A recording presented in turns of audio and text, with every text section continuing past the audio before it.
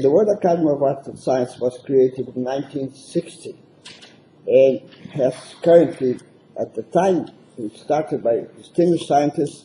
I just mentioned Robert Oppenheimer, Joseph Needham, and many others. But today the Academy has 650 individual fellows from different nationalities, cultures, and intellectual disciplines, chosen for their eminence in art, the natural and social sciences, and the humanities. The founders of the Academy were distinguished individuals concerned at that time by the impact of knowledge and particularly the explosive growth of knowledge at that time. And they wanted this knowledge to be used for the good and not for the bad of mankind. At that time, the activities of the Academy seek to address global issues related to the social consequences and policy implications of knowledge. The Academy serves as a forum for reflective scientists, artists, and scholars to discuss the vital problems of humankind, a forum where these problems can be discussed objectively, scientifically, globally, and free from vested interests that can then be discussed by all of us looking for the betterment of mankind.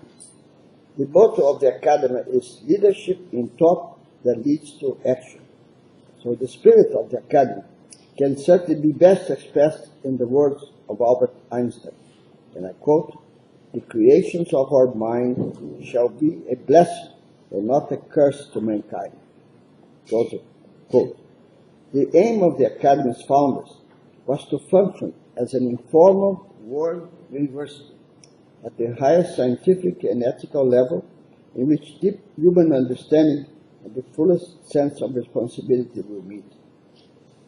The dream was not possible at that time to have a world university, but I think it is feasible today with the current ICTs and probably more of them in the near future. So the Academy, I want you to know, has two journals. You may not know about that. One is a printed journal, Cadmus. The other one is an electronic journal, E-Eruditio, edited by Winston Nager, who couldn't join us at this moment. But anyway, I want you to know that we also publish newsletters, one for the World Academy and one for the World University Consortium, and they are published every 3 months. A major priority for the Academy, in which we are actively working right now, is to develop a new paradigm for human development. It's a major exercise. And for that, it's a major exercise to have also a new paradigm in education, which is the reason why we are all assembled here in one of the courses that the Academy has been organizing. This is the fourth one, I think, right? Fourth course. So I hope you can follow the activities of our Academy in the web to the site www.worldacademy.org.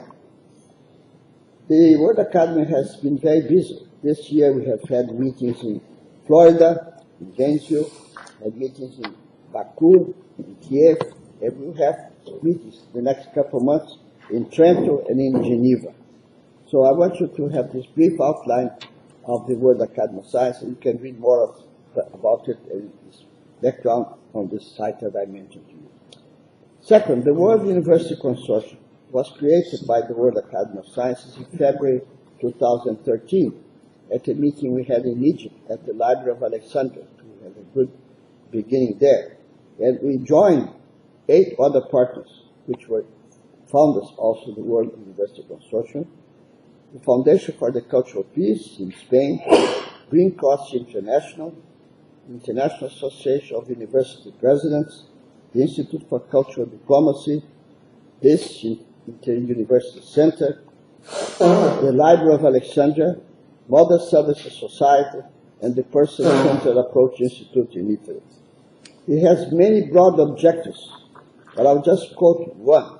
This one I think would be enough. Quote, "The purpose of the World University Council Consortium is to identify global best practices and develop effective global models and strategies to improve accessibility, affordability, quality, innovation, and relevance of higher education appropriate to the needs of the 21st century."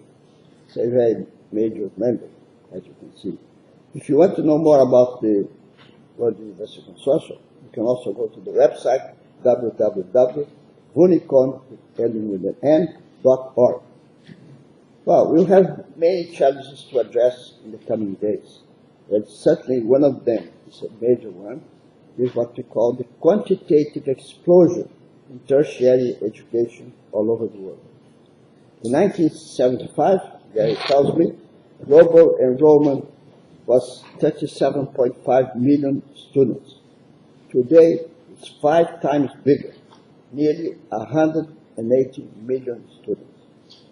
But just recently, as a matter of fact, just 2 weeks ago, the journal University World News, the global edition, has mentioned, I quote, global demand for tertiary education is forecast to rise to an extra 100 million students over the next 15 years.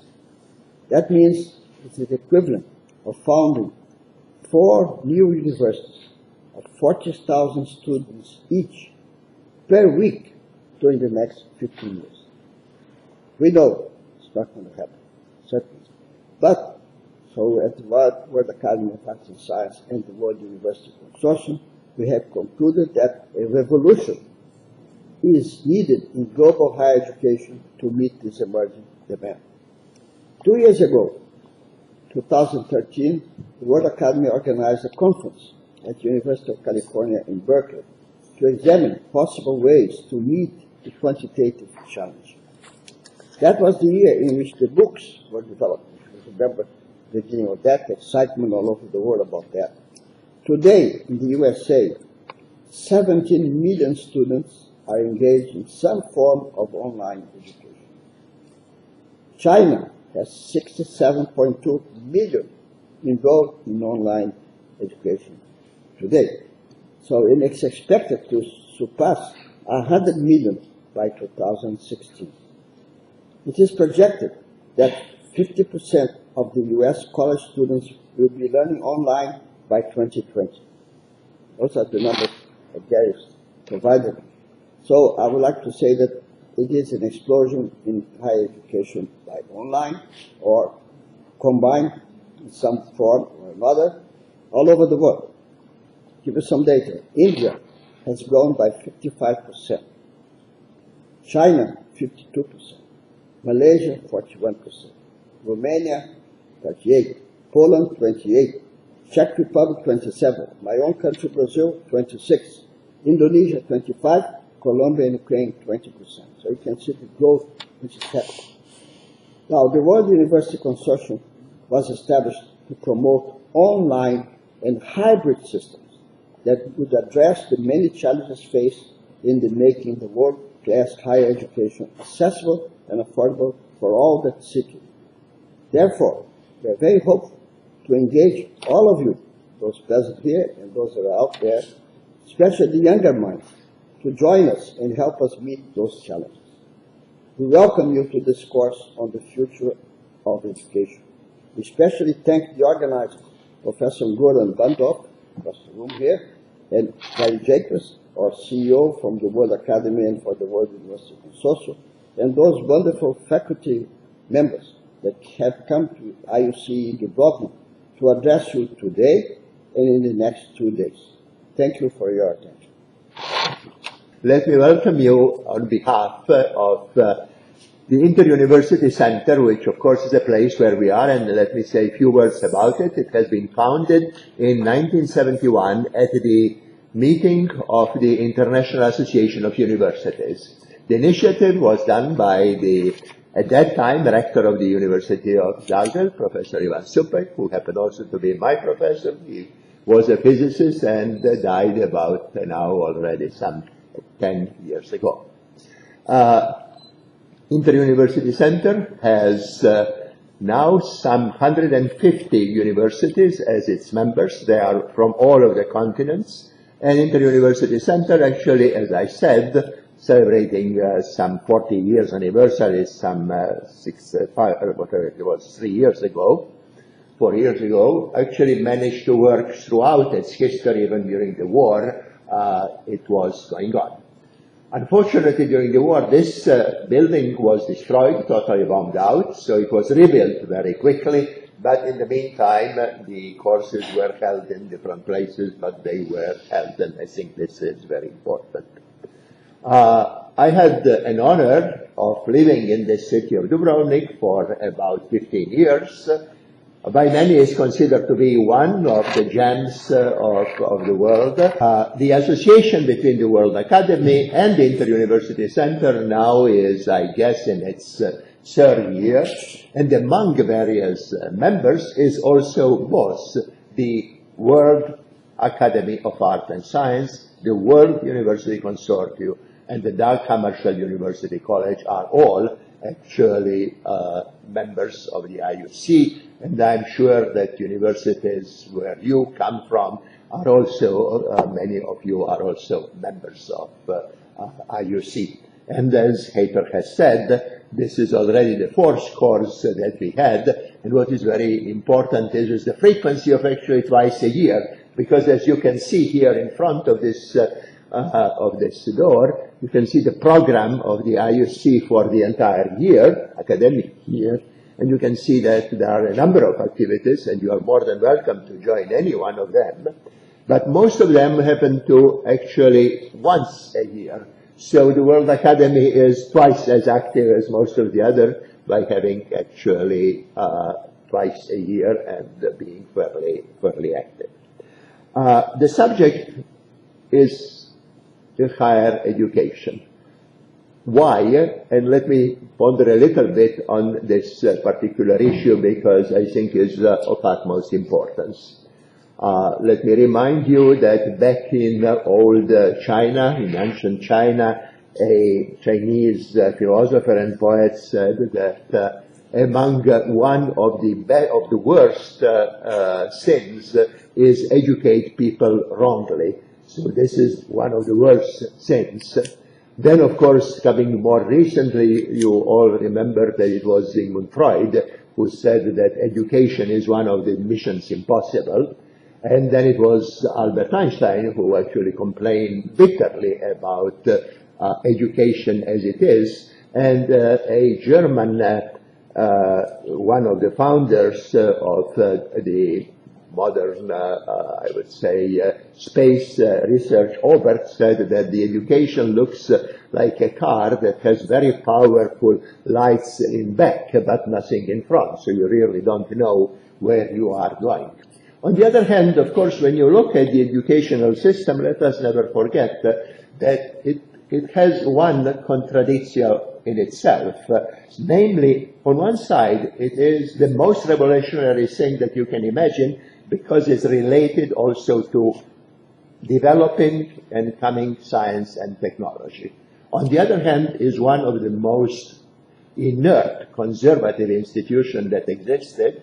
And when he was the president of the Princeton University and later on became the president of the United States, then Woodrow Wilson said that it is easier to move the cemetery by people who are there buried than it is to change the curriculum of the university. So yes, these things actually, of course, suggest that why do we actually go into this almost mission impossible?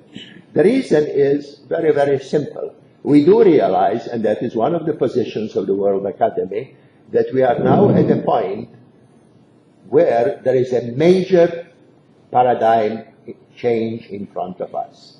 How major that is, we don't know. What the new paradigm is, some of us are not sure what it is, but that there is a change, there is no doubt about that. The change most likely will occur in what we call economics, politics, and of course the social sphere. We are faced with the fact that very soon we will have a company of robots that will be very similar to us in many ways. We will share the world with them.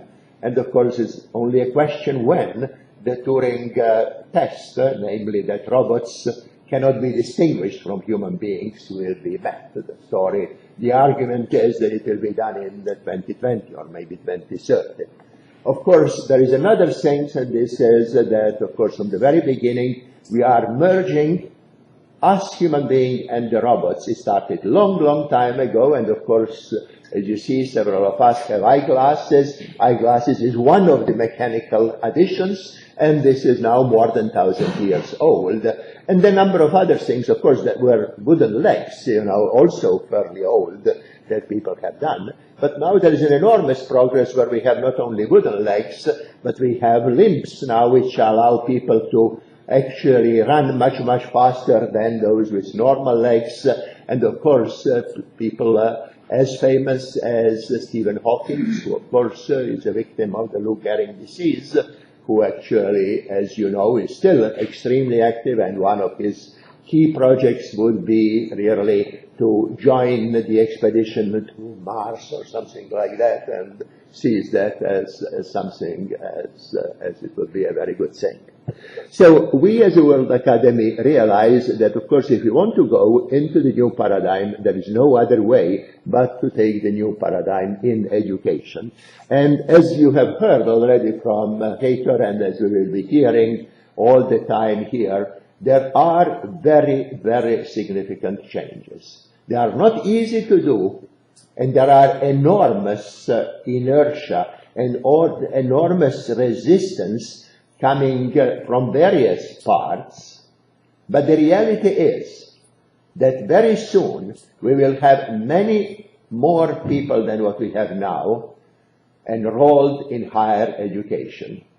So because of this, because actually the entire story starts somehow from the top rather than from the bottom, we decided not to concentrate on literacy and things like that, but to go really to the question of the higher education. And this course actually is a result of some efforts that we have done so far, but is also an indicator and a sign how do we want to go in the future. We do look forward for a discussion these 3 days, and let me point out that, of course, this time and all of the other things that Academy has done here at IUC, and this makes a distinction between our participation and any other participation. We have all this material available and can be at any time accessed and discussed and so on. So this is one of the unique features. So enjoy your stay here. We are looking forward very much to your contribution, and I'm sure we will all learn a lot. Thank you. We have, in this introduction, Heitor and Ivo have explained that we come to this from the perspective of the challenges facing humanity today. Ecological challenges, economic challenges, political challenges, social challenges, technological challenges of an unprecedented nature. Unprecedented in terms, never have we faced such a complex of challenges that are all global in nature, which means that our existing attempts to address our problems at the local and national level is clearly increasingly inadequate. Secondly, that are so interwoven and interconnected with each other that no longer are our sectoral or piecemeal approaches to solving problems adequate. They are all increasingly interrelated, and this has been the study of the Academy on what we call the need for a new paradigm. Most of the attention to ecological issues, economic issues, is what should we do differently? What policies should change? What institutional changes are necessary? But at the Academy, we have started with a recognition that the most fundamental change that's necessary is at the conceptual level. That unless we change our understanding of the knowledge on which we are approaching these problems, we're not going to effectively address them. And therefore, it's not enough that our policies and institutions change, but our conceptual framework needs to change. The theories on which we base our policies need to change. And that's really what we mean when we talk about a new paradigm. As Ivo said, education is central to this process. And if the whole world world needs new thinking in terms of how we're going to handle our political, economic, social, ecological, and technological and other problems, then it implies that we probably need to really look seriously at how education needs to evolve in future. Hayter has already spoken to the quantitative dimension of the challenge and that's before us. And we've spent the last 2 years since the conference we had at Berkeley in October 2013, looking a great deal at the quantitative challenge and how it can be met in the future. This conference, this meeting, and the program that we would like to see come out of this is really focusing on the qualitative dimension. Not qualitative in the sense of which university is rated first on research or such things. Qualitative in terms of the very concept of education, of higher education, how it is practiced, how the paradigm of education can improve and change in future. We talk about it so much. Education is so much a part of our lives that I think we tend to take for granted what this thing is. I would say that of all the inventions, creations of humanity over the last 10,000 years, perhaps after agriculture, because without that we wouldn't be here at all, there's nothing that has had such a profound impact on the evolution of the human race as our invention of this social organization we call education. By education, we take all of the cumulative experience of countless past generations, millennium of human experience, organize it, concentrate it, abridge it, try to understand it, and present it to the next generation in an abridged form so that the next generation can start off based on all the accumulated learning of the past, rather than trying to reinvent not only the wheel, but Pythagoras' theorem, Archimedes' discoveries, and all that has taken place since. Now, our process of learning tends to be, we learn how to do something and we come to understand how we've done it much later. So often a physical success, a social achievement may precede an understanding or a theoretical conception of what worked or didn't work by a long period.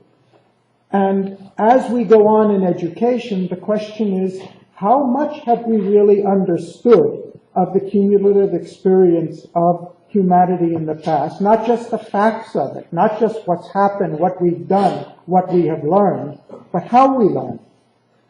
And how can we improve on that process so that we can give a more effective instrument to future generations? Now, I think we all realize, starting out, that this is an exercise in humility, because this is an exercise that starts on the premise that we're trying to improve on the cumulative learning of humanity up until now. And our job in the next 3 days is to look at how we can do it better than we've done it up until now.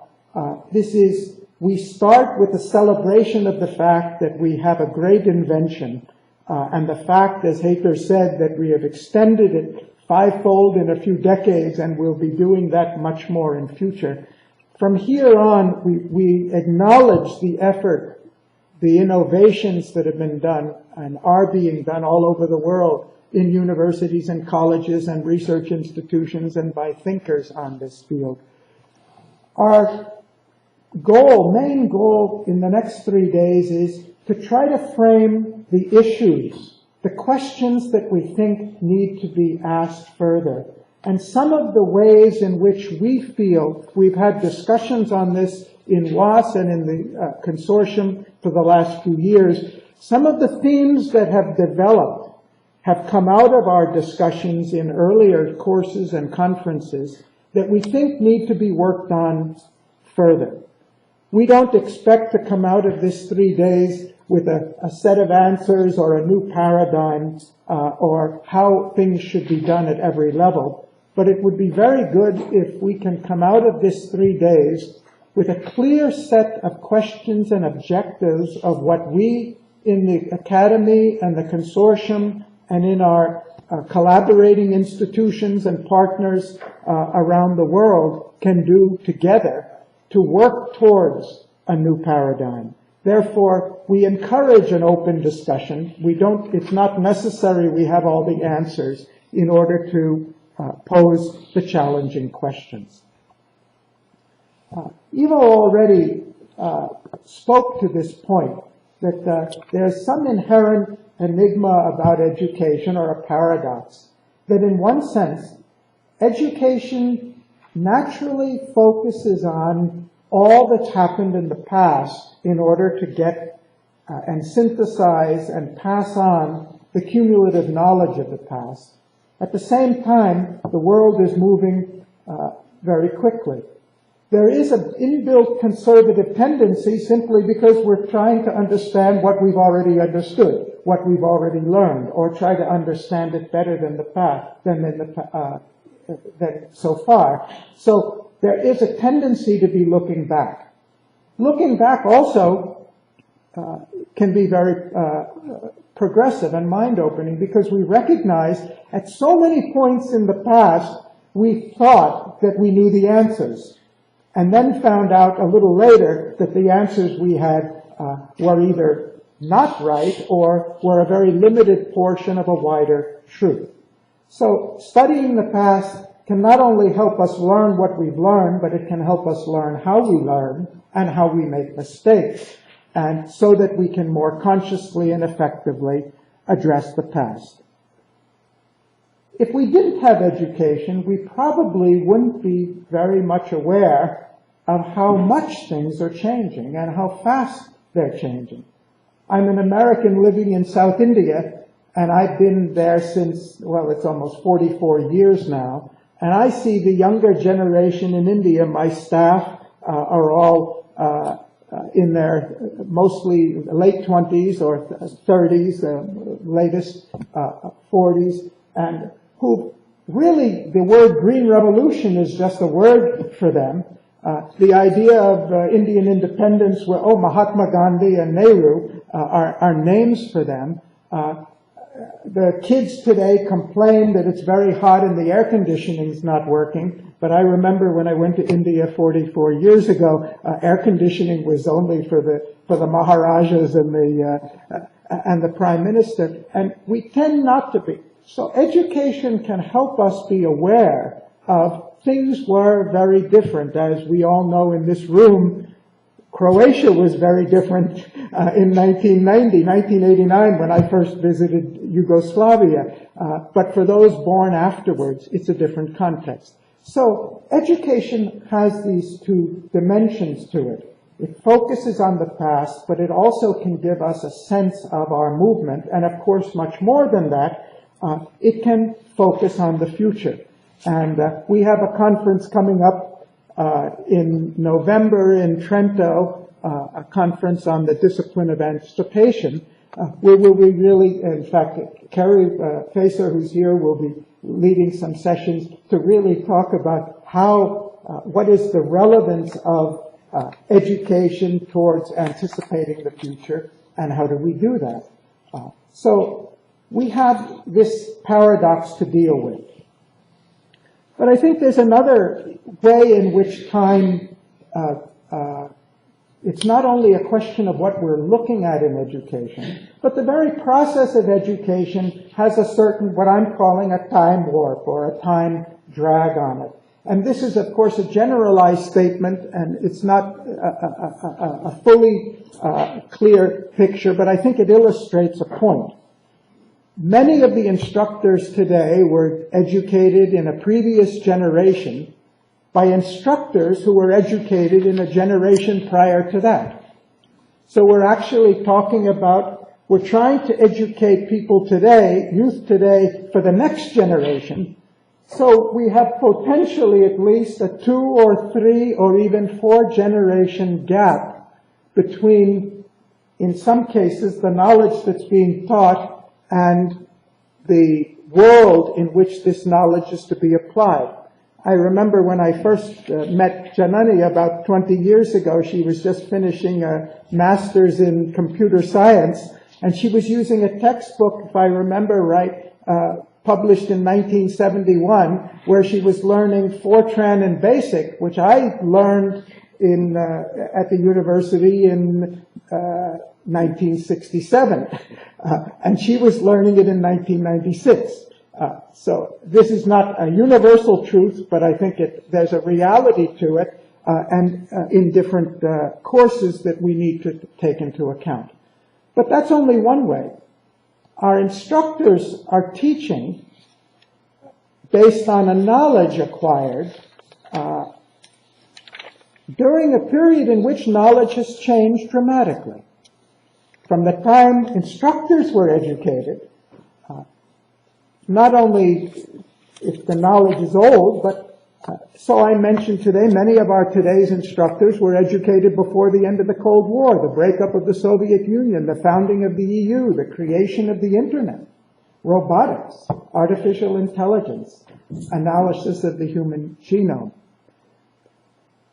And at the same time, we have another time-distorting element, and that is the content of knowledge is changing so rapidly that even what is taught today, even if the instructors and the educational curriculum were to have the latest knowledge, the question is how relevant will that knowledge be to what youth will need and what the world needs in future, which is the topic of the New Paradigm Project. Because we're not looking at the historical knowledge, we're trying to say where is our knowledge today and how adequate or inadequate it is for the future. Today, what is being taught in MBA courses about the role of financial markets, about computerization, about the globalization of finance and high-frequency trading? How relevant will our theories today and our practices today to the world of 2020 or 2025? So I think if you take it as a generalization, which is only partly true, still it reflects a profound challenge that we have. It's not a criticism, it's an inherent challenge in what should we be teaching today to equip youth for the future, and is there a way we can do it better? And this is a main question before us. At the same time, society is not keeping quiet. Society is rapidly changing. Technology is changing. We all talk about the quantum leap in information, the speed and the multiplication with which information is being generated, and whether that's really data. Sometimes we call it data, sometimes we call it information, sometimes we call it knowledge. A lot of it is simply data, but there is certainly a lot more information available to all of us today. At the same time, our technologies for the dissemination of information, for access to that information, have changed so radically. So it raises the quantum of information raises a basic question. And what I want to do is raise questions for our discussion in the rest of this course is, if information is multiplying so quickly, just how much information can the human mind absorb? And I think more importantly than that is, how much should it absorb? Working for a long time in India, where memorization has been and remains the primary instrument of education, and people have developed a prodigious memory. But when all your energy is going into memorizing facts to reproduce on an exam, how much mental energy is left to be thinking about the facts, to be analyzing the facts, to be thinking beyond the facts? So it's not just a question of how much capacity we have, but what faculties should we be using, and how much, and what are the implications of emphasizing one faculty at the expense of others.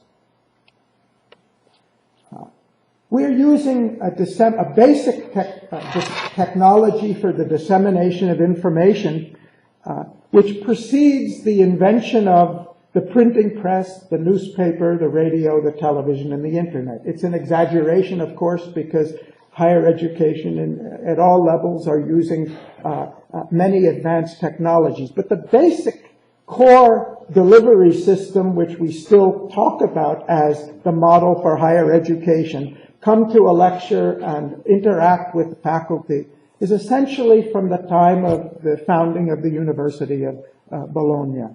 It has certainly not changed the way most of the fields of our human existence have changed, the way we communicate, the way we move around, the way we produce things, the way we interact with each other, our concepts of money. At that time, money meant gold coins. There wasn't even paper currency. So there certainly is, and now we see an attempt to try to close this gap and see how we can use the latest technologies to alter and improve the educational delivery.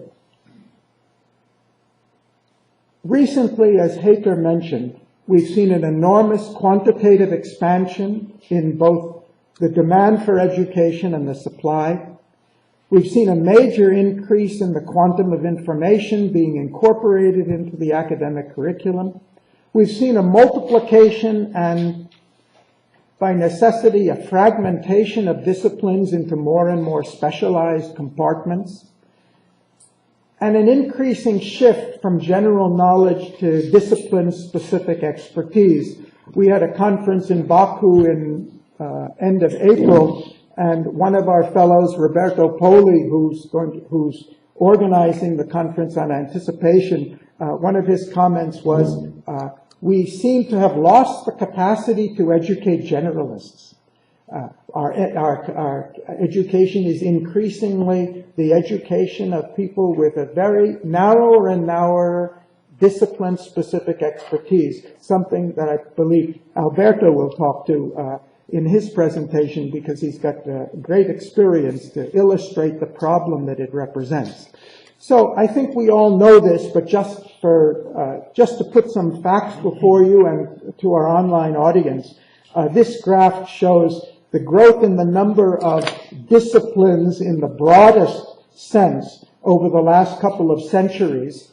And if you go a little further in breaking it down, in the discipline of history alone, this is from the one university in the United States, and it's not, I couldn't fit it all on one slide. It multiplies out into many more than this. If you look at new subjects created at one university in the U.S. since 1970, and this may not be an exhaustive list. Where are we today? Starting the 21st century, we've got 1,000, if you take disciplines and subdisciplines, it comes to about 1,000 different subjects. In biology alone, there are 63. In medicine, there are 24 sciences, 120 subspecialties.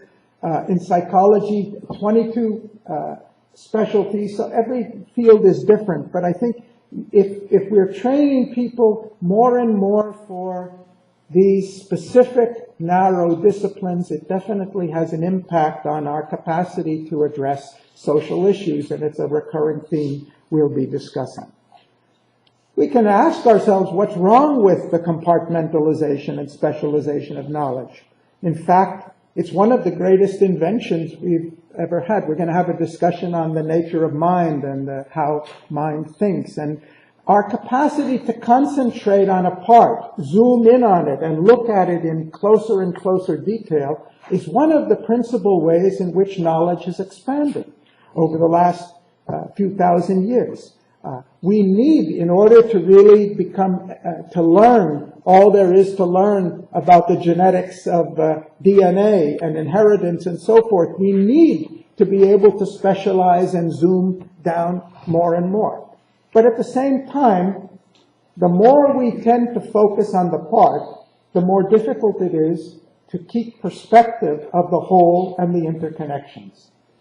And in our work for the new paradigm, we've come to the conclusion that this is a fundamental source of the problems we have today. And since economics is a core issue, and we have spent a lot of time on it, I just give this as an example. We've got financial markets today that really function almost independently of the real economy for which they were originally established to support the development of the real economy. Ivo and I were discussing yesterday, just in the last 15 years, 2 Nobel Prizes were awarded for economists who developed high-frequency trading algorithms, which were the fundamental source for the economic instability that we've seen in 2008, and we still see today. The difficulty of specialization is that in developing a specialized expertise, we have the danger of more and more losing knowledge of the impact on the whole. Of course, many of the challenges we face today because of ecology can be traced back to the fact that economics never considered ecology as part of the subject matter until the time of Club of Rome's report and other, the development of the environmental industry field, which told us not only that our practices are wrong, but our very concepts are wrong, are inadequate, are too narrowly focused. So what should we be teaching? And that's a question that we'll come back to, and that's a question which faces every faculty member in every university in every subject today. How much and what selection of what we teach should be facts? Simple facts and raw data. In economics, what is GDP? How is it calculated? What is the percentage of financial services? How the service sector is increasingly generating a larger proportion of GDP in the past? What is a derivative? And so on and so on. An endless number of facts to be understood. And then there's information, and just I'm saying when you relate facts together, you get something that's more than the fact. You see relationships with the facts. And a date is just a fact, but when you relate the fact that the birth of the Internet and the end of the Cold War were very closely related to one another, then you wonder, is there a relationship between them? This is an information, 2 facts which appear to be unrelated. And what would have happened? Would we have had an Internet if we still had the Cold War and the Iron Curtain today? Could we have ever imagined this free exchange of information all over the globe and the kind of communication we have today? We know all economic students are learning about GDP, but what about the fact that GDP includes not just positive contributions to the welfare of society and raising production, but environmental catastrophes are raising GDP. Our expenditure on military and war are raising GDP. By understanding what GDP is, we don't understand all there is about it. GDP doesn't include the non-monetarized sector, the fact that so many people, especially women, but not only, who are providing services, essential services for the survival of and growth and development of humanity, but are not reflected in GDP. So the reality is much more complex. And if we go from beyond information and to thought, and just what I mean by that is the capacity to take pieces of information and correlate them and analyze them and examine them. For example, a thought that has been voiced very frequently in recent times: what's the relationship between economic growth and human welfare? Still, the politicians largely and the people largely, they tell, oh, our GDP is going up, that's great. Our GDP is going down, that's bad. Is it bad if the GDP from speculative financial exchanges goes down? If it's bad that the GDP from military expenditure goes down? The reality is much more complex. than just having a fact or a piece of information. And then beyond the thoughts, what happens when we take two or more thoughts and try to relate them together and see the relationship between them? What is the relationship between economic development and ecological sustainability? A question that is now being voiced as if it's a new question, as if it's something we've just discovered. But how far does that form part of the economics curriculum around the world today? Not just what Jeffrey Sachs is teaching and saying, we don't need growth, we only need sustainability. But how far has it percolated down into our educational system? What is the relationship between the individual and the collective? And how does the relationship between individual freedom and collective responsibility or collective harmony express in the field of economics and in the theories and practices of economics we're teaching? How much are our students presented with the fact there are fundamental issues related to human beings that are reflecting in our financial markets, in our economic system today? A theme that Winston, who will join us a little later and speak in the afternoon, we developed in our course last year. What precisely is the relationship between the economy and political power or social power? What is the role of corporate money or wealth in influencing democracy? Do we really have democracy today in my country? Is it really democracy, or is it something closer to plutocracy? What is, in reverse, what is the impact of the political system on economy? Can we really have what we call a market economy in the absence of an effective political system? Will we really have a competitive market economy without regulation? So these are more fundamental issues than what is GDP. And finally, what about values? What is the role of values in education? With what values should we be teaching? With what values should we be discussing? Whatever the subject is. Our fellow board member and founder of Cadmus, Oreo Giarini, keeps stressing the fact that Adam Smith, who's credited with being the father of economics, did not consider himself an economist at all. He considered himself a moral philosopher. His goal was not to say that markets are the be-all and end-all and answer to everything. His goal was to say we have to attune our economy in a way that maximizes human welfare. And the old mercantile system in which a few wealthy traders were in collaboration or with the crown is not the best way to promote human welfare and the benefits of society. So what are the values that our system, our ideas, our theories are serving? The value of freedom, the value of equality, the value of social harmony and sustainability and so forth. So I've given the example from economics, but I think the principle is true for every field, including the natural sciences, and maybe we'll have time to pursue it later and discuss it. But there are complex decisions to be made. What should we be teaching, at what level, how much, and in what context? And I think as you go down this list, you see we go from the narrow specific to the broader general, which eventually integrates with our conception of human life on Earth in its totality. So it raises other questions. What faculties should we be developing? And how much effort and how do we develop each of these faculties? Memorization, observation, multisensory capacities we all learn through different ways best. How much should our education be reflecting those individual differences? Communication skills, interpersonal skills, analytic, reductive thinking to focus on the part, comprehensive, holistic thinking to see the parts in relationship to one another. And how do we do that? That's another topic for discussion.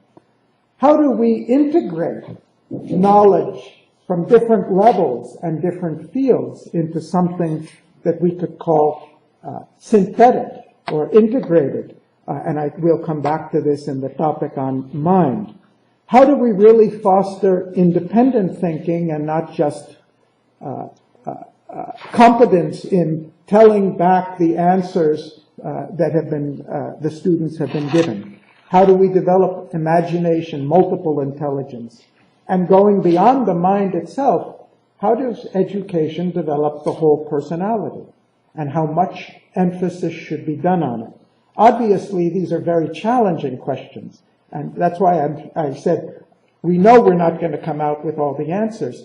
But I think our discussion in the next 3 days on a very interesting range of presentations, topics and presentations, will help us formulate an agenda for our further work and for our collaboration with others and learning from others, so that over time we can evolve in collaboration with universities better answers or new formulations of how we address these issues. I included at the end a couple of quotes from Whitehead's famous book, The Aims of Education, because they really, things that really struck home to me. And this was one maybe that touched me the most. There's only one subject matter for education. That is life in all its manifestations. What does it mean itself is a good topic for a 3-day course. What is life? And what are all its manifestations? And how is life the subject matter? And how do we learn about life? But I think this is probably the one thing we're talking about. There is no discipline of life. There are no courses on life. And if he says this is the one subject matter, then we can at least ask in each subject that we're teaching, each of these disciplines and 1,000 sub-disciplines, how much does it really relate to life, whatever that means. Whitehead also said, the only use of knowledge of the past is to equip us for the present. It's interesting he didn't say the future here. To equip us for the present. Can we meet the test? First of all, we may not agree with the statement. It's a controversial, provocative statement. But assuming it's true, to what extent does our knowledge of the past equip us for the present? My own conclusion is that everything we've learned and happened in the past is valuable. But that doesn't mean we've discovered its value and relevance for the present. So it's one thing to teach about the past and say we know it's all valuable. It's another to teach it in a way that it really helps us reflect on what its relevance is to our lives in the future. And then he's made a complementary statement saying the present holds within itself the complete sum of existence, backwards and forwards, the whole amplitude of time, which is eternity, which implies, one, that all the present achievements we have and all the present problems we have are reflections of what's happened in the past. And if we've got problems today, it's because of the way we have dealt with things in the past, and there's a lot to learn from that. If we have achievements today, and we certainly have humanity has enormous accomplishments, then there's something about these present things we're so proud of that is a reflection of the past. And again, in the future, all that we're going to do in future, all the things we're going to learn start here. All of the problems we're going to have are there, at least in essence, here. What Club of Rome saw 45 years ago at what we're facing today, that nobody had heard of climate change at that time. But the essential perception of, look, we've got two things that are disconnected that need to be connected, it was shown. So how can we can only really educate in the present because we don't know about the future. But how do we educate in the present to take full advantage of the cumulative learning of the past to most effectively prepare us for the future? So what would be, and this is a question, what would be a new paradigm in education? What are the dimensions of it that we're going to explore in the next 3 days and work on over the coming years? In a summary fashion, this is from our earlier discussions and writings and all. I've identified 9 characteristics of the qualitative dimension of education. These are generalizations, but this is a kind of a characterization of the system as it exists today, with all the exceptions that may be there. It tends to still be information-based, compartmentalized, abstracted, detached, aloof. It depends on the department, it depends on the university, but anyway, I think we all agree there's a big gap between the educational system and the social reality of which it's trying to relate. It's divided in discipline-specific ways. It tends to be, we tend to still be dominated, and we'll come back to it later on, by a mechanistic, even our social sciences are largely influenced by the mechanistic discoveries in the natural sciences in previous centuries. Even our business management tends to focus more on how processes are done than human beings behave, would be an example of that. It tends to be more analytical than synthetic. And this is another paradigm specific. We learn different paradigms in education, whether it's in mathematics or economics or anything. But we tend not to learn about the process of moving from one paradigm to another, or to be conscious of the fact that we're in a different paradigm, and to be conscious of the implicit assumptions behind it, which would help us see how do we go beyond those paradigms.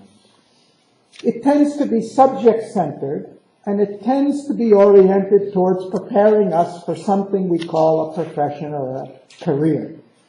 What will it be in future? Our discussions up until now have suggested a direction for that, that there'll be a greater shift from information to ideas, from compartmentalization to context, from the abstract to the life-centric and value-based, from discipline-specific to transdisciplinary. We had a whole course on it last September. From mechanistic to organic, analytic to creative, paradigm-specific to multi-paradigmatic, in which we'll be conscious of the fact that we're mixing paradigms, we're speaking from different paradigms, we understand that, we're not just disagreeing with one another, but we're looking from different conceptual frameworks at the same reality. That the subject, the person, will really be the aim of education, not any particular subject matter. How well are we preparing people, developing people for their life? And rather than just relating to a person as we're educating an engineer or a doctor, we're developing an individual. We're helping an individual discover themselves and their personality. So I think you'll agree there's enough scope for our discussion and controversy and new thinking on these issues. Alberto Zucconi, IACP. Compliments for this outstanding presentation. I fully agree. I think we would need to address in this course or in the next one how we're going to promote this wonderful, future reality, because I'm aware of only one major help in all the international conferences where there are decision makers and opinion makers. People that have the power to change are more and more aware that we cannot continue like this, that we're really on the brink of disaster. And so that is one of the motivations.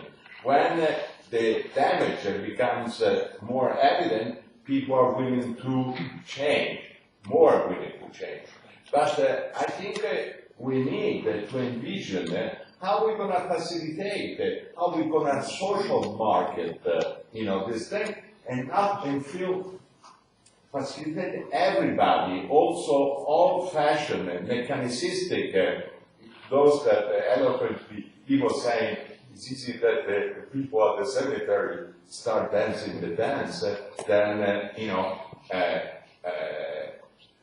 constrict academia. We need to really address, because otherwise, these are going to be wonderful idea and are going to remain an idea. We really need also to get our hands dirty and start, for example, like some pilot project and all that. In effect, this is also an experiment. So just that. Thank you for great presentation. Sesh. Yeah, I'd like to open with a comment and then a question. The comment is simply the fact that for several years, I used to conduct a program that was described as Young Scholars Inquiry.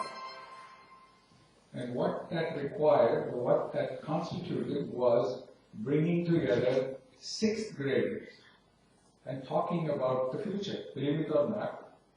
What I found is that even as early as the 6th grade, and these are gifted children, their minds have already been filled up by way of biases, prejudices, incorrect information, and insufficient information, to where I'm wondering if the focus of this conference is a paradigm for higher education. Is it too late? Because what I found is those 6th graders, even though their minds were already filled up, they were not filled up so completely that their minds could not be changed as to what needed to happen or how one should go about. In fact, their responses were far more capable insofar as comprehension and the capacity to understand and to actually change themselves and or to ask someone else to change. So that's, is it too late? Okay, thank you. Eric. Yeah. Thank you for your excellent introduction, which is really enlightening in many respects. I would just mention Adam Smith as one of the fathers in social theory in general, not only in economics, because his first important work was in 1759, Moral Sentiments. And the Wealth of Nations expresses very clearly that he was not thinking in technical economics, he was thinking in terms of wealth of nations.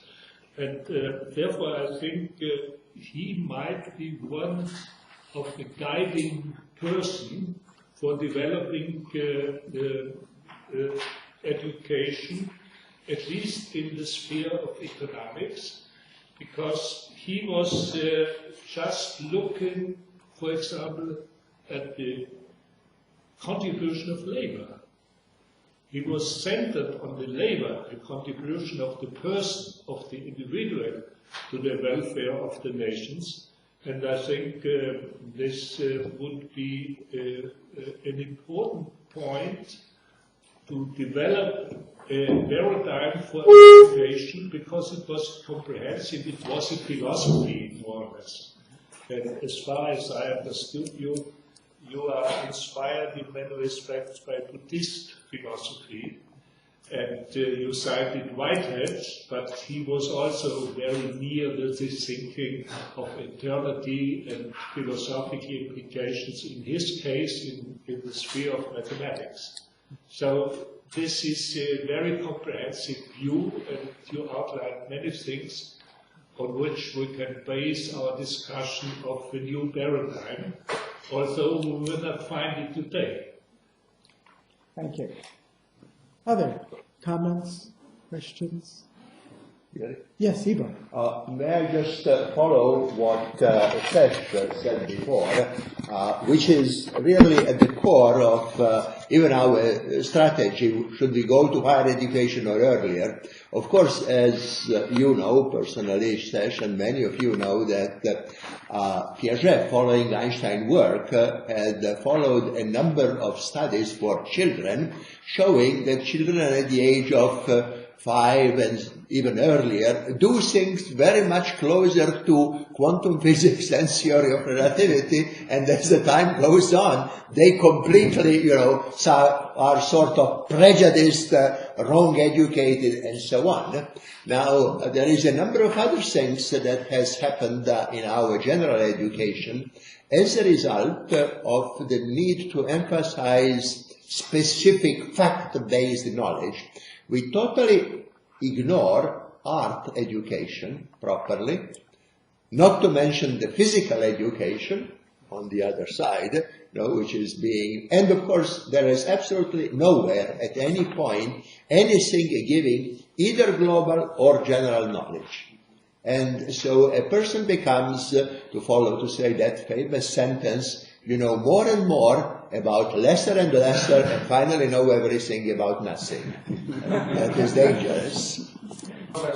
Here from Lublin, living here, working painter and member of the Fine Art America since 2013, and with 4 profiles at the same website, and about 900, about 1,000 works at Fine Art America. But unfortunately, I didn't say it online. Just in my regular studio down there in Little Port Pier. So I want to just tell you what education, as Mr. I don't know the name, education and creation. Education, not important in creation. No, we ignore, as you said, we ignore education and creation. That's the point of all creation. You cannot be a freelance artist, you can be. Whatever you can be a dustman and a freelance artist at the same time. This from the heart, goes. And from the mind and ideas comes every second, every 100 of the seconds come from the brain. Each of this, and I don't know how to put in one place all ideas and make a new project. For example, about this 10th, next month, going to be my next exhibition, 11th exhibition about Toy Marin Držić in the old city. You can all visit, and it's going to be TV event on Facebook. Thank you. Thank you. Janani says there's some comments online, so let's hear. Yes, from the online participants and from the forum that we have. There's one question from Ashok from India. Subjects like medicine are inherently prone to compartmentalization. So how do you propose to impart a holistic education for a subject like medicine? Okay. This is one, and there are a few others from the forums. If I can just read one more. Whatever you think might be most interesting. Okay, and this is one more. Half the jobs that exist today will not exist tomorrow. So how to educate and prepare youth today for the jobs of tomorrow, which we don't even know what they will be. Great. Great. Anyone else? I want to say something more. Let's just give a chance to other people. Thank you. Carrie, please. So thank you for that. I appreciate the ambition of the desire for a new paradigm. I suppose it strikes me that there are currents in this that have been heard before in the history of the debates around education. I'm thinking about the modern school movement in the early 19th century. I'm thinking about future studies that flourished and disappeared again. I'm thinking about Lawrence Stenhouse's work on curriculum experimentation in the 1970s. In the UK, we had a massive report called All Our Futures that came out in the late 1990s and led to a nationwide programme trying to promote creative, collaborative, interdisciplinary work. Today, there's the Harvard Centre working on the Centre for Curriculum Design. So there are many people all around the world who have argued this before or who have attempted experiments, and so I wonder whether we don't just need a new paradigm, but what we need is an analysis and a theory of change that helps us understand why these things have not succeeded in the past, What threats does it pose to people? So what is it we are hitting up against? Who or what might be against the idea of a new paradigm? Can we analyse that? And then I would also ask the question, is there something structural about formal educational institutions, the way in which they manifest themselves, that might make this difficult as well? So there may be structural or institutional factors. So I suppose what I want to say really is that I hope over the next 3 days that we can move quickly into an analysis really of actually how we might get there, as opposed to just, I don't want us to stay at the top level of what is it that we want. I also want us to get into what is it that we might be up against.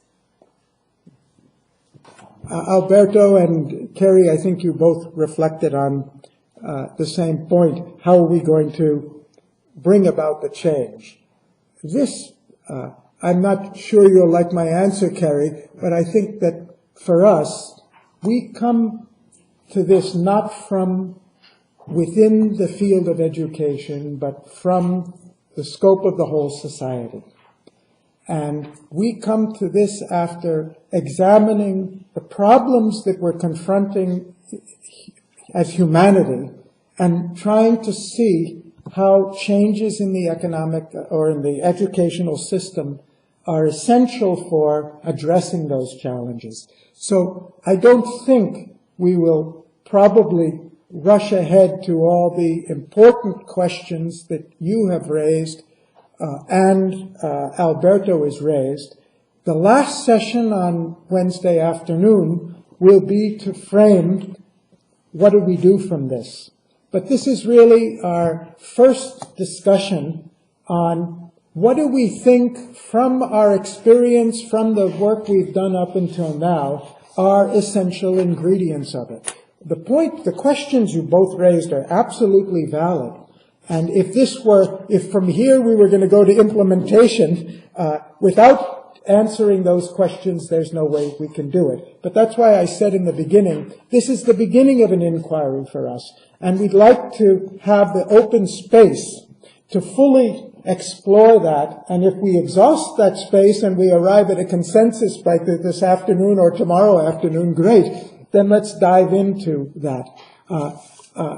We have gone through this process in the Academy related to other problems, for example, in economics, because many of the groups that we work with in economics, they say, we're not worried about the theory, we know what should be done, or we know the problems we have and we want to dive into the policies and the institutions. And you've rightly flagged that the nature, not just the nature of the university as an organization, but the nature of social organization is such that it tends to have inbuilt resistances to change, whatever that field may be. Academia is only one example of it.